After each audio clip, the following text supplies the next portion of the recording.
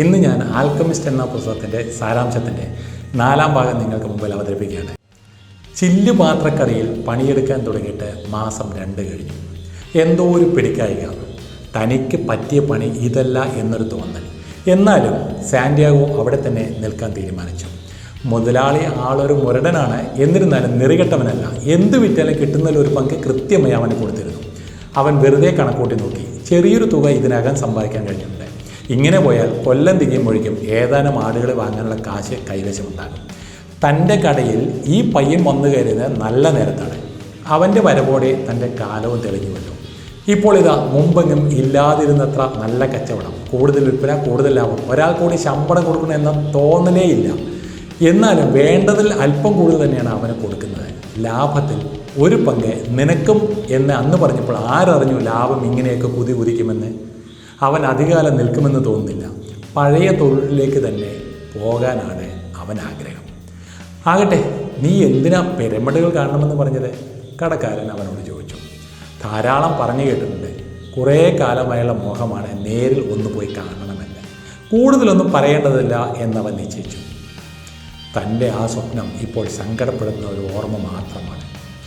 അതിനെപ്പറ്റി കൂടുതൽ ആലോചിക്കാതിരിക്കുന്നതാണ് ബുദ്ധി. എന്നാലും പറയൂ, നിൻ്റെ ഉദ്ദേശം എന്താണ്? അയാൾ വീണ്ടും ചോദിച്ചു. എൻ്റെ ഉദ്ദേശം കഴിയുന്നത്ര വേഗം പണമുണ്ടാക്കി ആടുകൾ വാങ്ങി സ്ഥലം വിടുക തന്നെ. അവൻ കാര്യം തുറന്നു പറഞ്ഞു. ഇപ്പോൾ കാലം നന്നേ, അത് മുതലെടുക്കുക തന്നെ.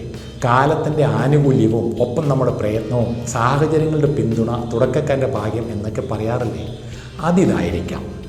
എന്തോ ആലോചിച്ചുകൊണ്ട് അയാൾ കുറേ നേരം മിണ്ടാതിരുന്നു. നോക്കെ, നബി തിരുമേനി നമുക്ക് കനിഞ്ഞു തന്നാണ് വിശുദ്ധ ഖുർആൻ. അതുപ്രകാരം നമ്മൾ ഓരോരുത്തരും ജീവിതത്തിൽ 5 കാര്യങ്ങൾ തീർച്ചയായും ചെയ്തിരിക്കണം. അതിൽ ഏറ്റവും പ്രധാനപ്പെട്ടത് ദൈവം ഒന്നേയുള്ളൂ എന്നതാണ്. അവനിൽ മാത്രം വിശ്വാസം അർപ്പിക്കുക എന്നതാണ്. പിന്നെ ദിവസവും 5 നേരം മുടങ്ങാതെ പ്രാർത്ഥിക്കുക. റമദാൻ മാസത്തിൽ ഉപവസിക്കുക. അഗതികളെ ആവും വിധം സഹായിക്കുക. അപ്പോഴേക്കും അയാളുടെ തൊണ്ട ഇടറി തുടങ്ങി. വലിയ വിശ്വാസി. ദൈവത്തിൻ്റെ സ്മരണ തന്നെ അയാളെ വികാരാധീനം ആക്കുന്നു. അയാളുടെ കണ്ണുകൾ നിറഞ്ഞൊഴുകാൻ തുടങ്ങി. സ്വന്തം സ്ഥിതിയെക്കുറിച്ച് അതൃപ്തി ഇല്ലെന്നല്ല, എന്നാലും ഇസ്ലാമിൻ്റെ പ്രമാണങ്ങൾ വിട്ടു നടക്കാൻ അയാൾ തയ്യാറായിരുന്നില്ല. 5ാമത്തെ പ്രമാണം എന്താണെന്ന് പറഞ്ഞില്ലല്ലോ? അവൻ ഇടയിൽ കയറി ചോദിച്ചു. 5ാമത്തെ പ്രമാണം അത് പരിശുദ്ധ മക്കയിലേക്കുള്ള തീർത്ഥയാത്ര തന്നെ. ജീവിതത്തിൽ ഒരിക്കലെങ്കിലും ഓരോ വിശ്വാസിയും ആ യാത്ര നടത്തിയിരിക്കണം. 2 ദിവസം മുമ്പ് നീ പറഞ്ഞില്ലേ എനിക്ക് ദൂരയാത്രയെക്കുറിച്ചുള്ള സ്വപ്നങ്ങളൊന്നുമില്ലെന്ന്? ഏതോ ഓർമ്മകളിൽ അയാളുടെ വാക്കുകൾ ഒരു നിമിഷം കുരുങ്ങിക്കിടന്നു. പിരമിഡുകളേക്കാൾ എത്രയോ ദൂരെയാണ് മക്ക. ചെറുപ്പകാലത്തെ എൻ്റെ ഏറ്റവും വലിയ മോഹം അതായിരുന്നു, മക്കയിൽ പോകാൻ വേണ്ട പണം സ്വരൂപിക്കുക. അന്ന് ഞാൻ സ്വപ്നം കണ്ടിരുന്നു, ഒരു കാലത്ത് ഞാനും ധനികനാകും, വിശുദ്ധ നഗരത്തിലേക്ക് തീർത്ഥയാത്ര പോകും. അതിനുവേണ്ടി കുറേശ്ശെ പണം മിച്ചം വയ്ക്കാൻ തുടങ്ങി. അപ്പോൾ പുതിയൊരു പ്രശ്നം, ആരെയാണ് ഈ കട ഏൽപ്പിക്കുക? ഇതിനകത്തുള്ളത് മുഴുവൻ തൊട്ടാൽ പൊട്ടുന്ന സ്ഫടിക പാത്രങ്ങളല്ലേ. ആകട്ടെ, നിങ്ങൾക്ക് ഹജ്ജിന് പോയിക്കൂടെ? ഇപ്പോൾ തടസ്സമൊന്നുമില്ലല്ലോ, അവൻ ചോദിച്ചു. തടസ്സമുണ്ടെന്ന് ആര് പറഞ്ഞു? അവൻ്റെ ചോദ്യത്തിന് അയാൾ പെട്ടെന്ന് ഉത്തരം പറഞ്ഞു. അങ്ങനെ ഒരു പ്രതീക്ഷ, അതാണ് നിത്യജീവിതത്തിലെ മടുപ്പ് മാറ്റുന്നത്. ഈ കടയും ഇവിടെയുള്ള ചില്ലുപാത്രങ്ങളും ഒരേ ഭോജനശാലയിൽ നിന്നും എന്നും ഒരേ മട്ടുള്ള ആഹാരവും ഒരു പുതുമയുമില്ലാത്ത, മാറ്റമില്ലാതെ കടന്നു പോകുന്ന ദിവസങ്ങൾ. എന്നാലും എൻ്റെ മനസ്സിൽ ഉത്സാഹത്തോടെ ഒരു തിരി കെടാതെ കത്തുന്നു. എന്നെങ്കിലും ഒരിക്കൽ ഞാൻ നടത്താൻ പോകുന്ന ഹജ്ജ് യാത്ര, ആ സ്വപ്നവും നിറവേറ്റിക്കഴിഞ്ഞാൽ പിന്നെ ജീവിതത്തിൽ എന്തുണ്ട് ബാക്കി? അന്തമില്ലാത്ത വിരസത മാത്രം. നീ കാണുന്ന സ്വപ്നം, ആടുകളും പിരമിഡുകളും, അതൊക്കെ സഫലമാക്കണമെന്ന ശാഠ്യം നിനക്കുമുണ്ട്. എൻ്റെ സ്ഥിതി അതല്ല. മക്ക എന്ന സ്വപ്നം, അത് തന്നെയാണ് എൻ്റെ ജീവിതത്തിലെ രസം. മനോരാജ്യത്തിൽ 1000 തവണ ഞാൻ മക്കയിൽ പോയി വന്നിട്ടുണ്ട്.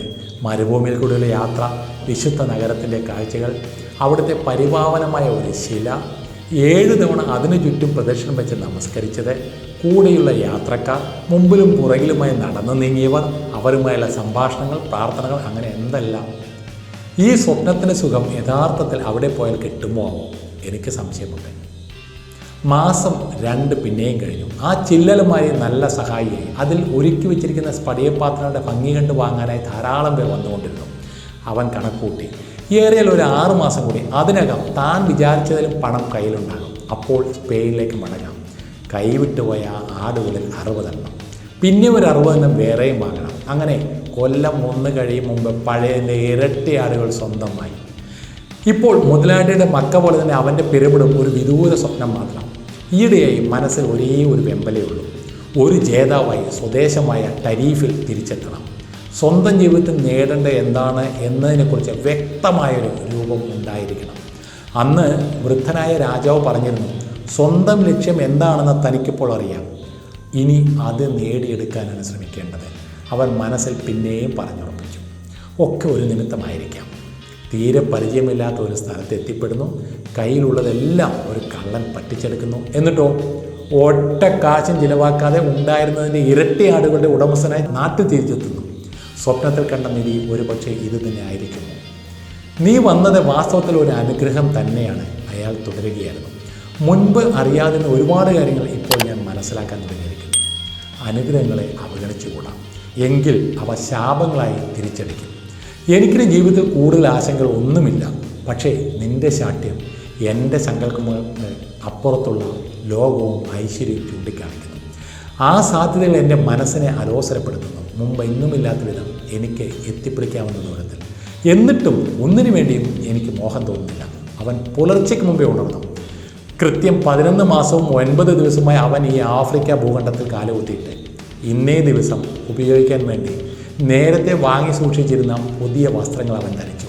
അറബി വേഷമായിരുന്നു. വെളുത്ത കുപ്പായം, തലയിൽ മുടി മൂടാനുള്ള തുണി, അത് ഉറപ്പിച്ചെത്തിട്ടാനുള്ള ഒട്ടകത്തോൾ കൊണ്ടുള്ള കറുത്ത വളയം, കാലിൽ പുതിയ ചെരുപ്പുകൾ. അവൻ താഴേക്ക് ഇറങ്ങി വന്നു. നഗരം അപ്പോഴും ഉറക്കമുണർന്നിരുന്നില്ല. അവൻ ഒരു ഗ്ലാസ് ചായ ഉണ്ടാക്കി കുടിച്ചു. ഒരു സാൻഡ്വിച്ചിൽ നിന്ന് ഉമ്മറപ്പടിയിൽ നിന്ന് ഹുക്ക വലിക്കാൻ തുടങ്ങിയപ്പോഴേക്കും നേരം കുറേശ്ശെ വിളിക്കാൻ തുടങ്ങിയിരുന്നു. പ്രത്യേകിച്ചൊന്നും ആലോചിക്കാതെ അവൻ ഹുക്ക വലിയുടെ രസത്തിൽ മുഴുകി. എന്തോ മൂളിക്കൊണ്ട് അവൻ്റെ അടുത്തേക്ക് വീശിയ കാറ്റിൽ മരുഭൂമിയുടെ ഗന്ധം. ഹുക്ക വലിച്ചു തീർന്നപ്പോൾ കുപ്പായ കേസിൽ കൈയിട്ട് അവൻ എന്തോ ഒന്ന് പുറത്തേക്ക് വലിച്ചെടുത്തു. അത് ഒരു നോട്ട് കെട്ടുകളായിരുന്നു. കുറച്ചു നേരം ആ പണവും കയ്യിൽ വെച്ച് അവൻ ആലോചനയിൽ മുഴുകി. 120 ആടുകളെ വാങ്ങാനുള്ള പണമുണ്ട്, നാട്ടിൽ ചെന്നെത്താനുള്ള ടിക്കറ്റുമുണ്ട്, പിന്നെ എന്ത് വേണമെങ്കിലും ആഫ്രിക്കയിൽ നിന്ന് സ്വദേശത്തേക്ക് ഇറക്കുമതി ചെയ്യാനുള്ള അനുമതി പത്രം. മുതലാളി ഉണർന്ന് കട തുറക്കാനായി അവൻ കാത്തിരുന്നു. അയാൾ എഴുന്നേറ്റ് വന്നപ്പോൾ രണ്ടുപേരും കൂടി വീണ്ടും ഓരോ ഗ്ലാസ് ചായ ഉണ്ടാക്കി. ഞാനൊന്ന് യാത്രയാവുകയാണ്, അവൻ പറഞ്ഞു. ആടുകളെ വാങ്ങാനുള്ള പണം എൻ്റെ കയ്യിലുണ്ട്. മക്കയിൽ പോയി വരാനുള്ള തുക താങ്കളുടെ കയ്യിലും. അയാൾ ഉത്തരമൊന്നും പറഞ്ഞില്ല. എന്നെ അനുഗ്രഹിക്കണം, ഈ സഹായം ഞാൻ ഒരിക്കലും മറക്കില്ല. അവൻ തലകുനിച്ചു. അയാളുടെ നോട്ടം അപ്പോഴും ചായയിൽ തന്നെയായിരുന്നു. ഏതാനും നിമിഷം കഴിഞ്ഞിട്ടാണ് അയാൾ അവൻ്റെ നേരെ നോക്കിയത്. നീ മിടുക്കനാണ്. ആദ്യം മുതലേ നിന്നെക്കുറിച്ച് എനിക്ക് നല്ല മതിപ്പാണ്. എൻ്റെ ഈ ചില്ലുപാത്രക്കിടക്ക് നീ പുതിയൊരു ഉണർവ് നൽകി. പക്ഷേ നിനക്കറിയില്ലോ, ഞാൻ മക്കയിൽ പോകുന്നില്ല, നീ ആടുകളെ വാങ്ങാനും പോകുന്നില്ല എന്നാര് പറഞ്ഞു? ഒരു ഞെട്ടലോടെയാണ് അവനത് ചോദിച്ചത്. മക്തൂബ്, നിൻ്റെ തലയിലെഴുത്ത്, ഒരു മന്ത്രം ഉരുവിടും പോലെ അയാൾ പറഞ്ഞു. എങ്കിലും അയാൾ അവനെ അനുഗ്രഹിച്ച് യാത്രയാക്കി. അവൻ സ്വന്തം മുറിയിൽ ചെന്ന് സാധനങ്ങളൊക്കെ കെട്ടി ഒതുക്കാൻ തുടങ്ങി. 3 സഞ്ചി നിറയെ സാധനങ്ങൾ. എല്ലാം കഴിഞ്ഞ് പുറത്തേക്ക് ഇറങ്ങുകയും മുറിയുടെ ഒരു മൂലയിൽ കിടക്കുന്നു അവൻ്റെ പഴയ സഞ്ചി. ഇടയന്മാർ തോളിൽ തൂക്കിയിട്ട് നടക്കുന്ന ഒന്ന്. അങ്ങനെ ഒന്ന് തൻ്റേതായി അവിടെ ഉണ്ടെന്ന് തന്നെ അവൻ ഓർത്തിരുന്നില്ല. സഞ്ചി തുറന്ന് അതിലുണ്ടായിരുന്ന കോട്ട് അവൻ പുറത്തേക്കെടുത്തു. ഇനി ഇതിൻ്റെ ആവശ്യമില്ല, വഴിയിൽ വല്ലവർക്കും കൊടുക്കാം. അപ്പോഴാണ് ആ 2 കല്ലുകൾ താഴെ വീണത്, യുറീമും തുമീമും. ഓർമ്മകളിൽ പെട്ടെന്ന് ആ വയസ്സൻ രാജാവിൻ്റെ മുഖം തെളിഞ്ഞു. കുറേ നാളായി അദ്ദേഹത്തെക്കുറിച്ച് ആലോചിക്കാറില്ലായിരുന്നു. കൊല്ലം തികയാൻ പോകുന്നു. പണക്കാരനായി സ്പെയിനിൽ തിരിച്ചെത്തുന്നതുവരെ അതിനെക്കുറിച്ച് മാത്രമായിരുന്നു ഇത്രയും നാളും ചിന്തിച്ചിരുന്നത്. അതിനു വേണ്ടിയായിരുന്നല്ലോ പ്രയത്നം മുഴുവനും. കല്ലുകൾ കയ്യിലെടുത്ത് പിടിച്ചപ്പോൾ മുമ്പത്തെ പോലെ തന്നെ അതേ തോന്നൽ. ആ രാജാവ് തൻ്റെ തൊട്ടരയിലുണ്ട്. 1 കൊല്ലം മുഴുവനും പാടുപെട്ടു. ഇനി മടക്കയാത്രക്കുള്ള സമയമായി. നിമിത്തങ്ങൾ സൂചിപ്പിക്കുന്നത് അങ്ങനെ തന്നെയാണ്. തിരിച്ചു ചെന്ന് ഒരിക്കൽ കൂടി തൻ്റെ പഴയ തൊഴിലിൽ ഏർപ്പെടുക. എല്ലാം മനസ്സിൽ ഉറപ്പിച്ചു കഴിഞ്ഞതാണ്. എന്നിട്ടും എന്തോ ഒരു ആശങ്ക. കഴിഞ്ഞ 1 വർഷം മുഴുവൻ താൻ ആ സ്വപ്നത്തിന് പുറകെ പായുകയായിരുന്നു. അതിനെക്കുറിച്ചല്ലാതെ മറ്റൊരു ചിന്തയും ഉണ്ടായിരുന്നില്ല. ഇപ്പോൾ നിർണായകമായി ഈ നിമിഷമെടുക്കും തോറും മനസ്സിൽ അതിനെക്കുറിച്ചുള്ള ഗൗരവം കുറഞ്ഞു വരുന്നു. ഒരു പക്ഷേ ഇതല്ലായിരിക്കുമോ തൻ്റെ യഥാർത്ഥ ജീവിത ലക്ഷ്യം? അവൻ വീണ്ടും മാന്ത്രിക കല്ലുകൾ കയ്യിലെടുത്തു. യുറീമും തുമീമും. അവയിൽ നിന്ന് നിഗൂഢമായ ഒരു ശക്തി, ഒരുപക്ഷെ അജ്ഞാതനായ രാജാവിൻ്റെ ഇച്ഛാശക്തി അവനിലേക്ക് പ്രവേശിക്കുന്ന പോലെ തോന്നി. തൻ്റെ ലക്ഷ്യത്തെ തന്നെ എത്തിക്കേണ്ട ബാധ്യത ഇവയ്ക്കുണ്ടായിരിക്കുമോ? വിധി നിർണയിച്ച ലക്ഷ്യത്തിലേക്കാണ് യാത്ര എങ്കിൽ ഞാൻ കൂടെ തന്നെ ഉണ്ടാകും. ജ്ഞാനിയായ രാജാവിൻ്റെ വാക്കുകൾ അപ്പോഴും അവൻ്റെ കാതുകളിൽ മുഴങ്ങി നിന്നു. സാന്റിയാഗോ തൻ്റെ ലക്ഷ്യത്തിലെത്തുമോ? ഇതുപോലെ തന്നെയല്ലേ നമ്മുടെ തോന്നലുകൾ സഞ്ചരിക്കുന്നത്? ആ യാത്രയിൽ നമുക്കുണ്ടാകുന്ന കൺഫ്യൂഷൻ തീർക്കാൻ ആരെയെങ്കിലും നമ്മളും കണ്ടുമുട്ടും. നമ്മുടെ പരമമായ ലക്ഷ്യത്തെക്കുറിച്ച് നമുക്ക് നല്ല ബോധം ഉണ്ടായിരിക്കണമെന്ന് മാത്രം. ആൽക്കമിസ്റ്റ് എന്ന പുസ്തകത്തിൻ്റെ സാരാംശം 4-ാം ഭാഗം ഇവിടെ അവസാനിപ്പിക്കുകയാണ്. ഈ വീഡിയോ കണ്ടതിന് നിങ്ങൾക്ക് നന്ദി. വീണ്ടും അടുത്തൊരു വീഡിയോയുമായി വരുന്നവരെ this is Sudheer Menon signing off.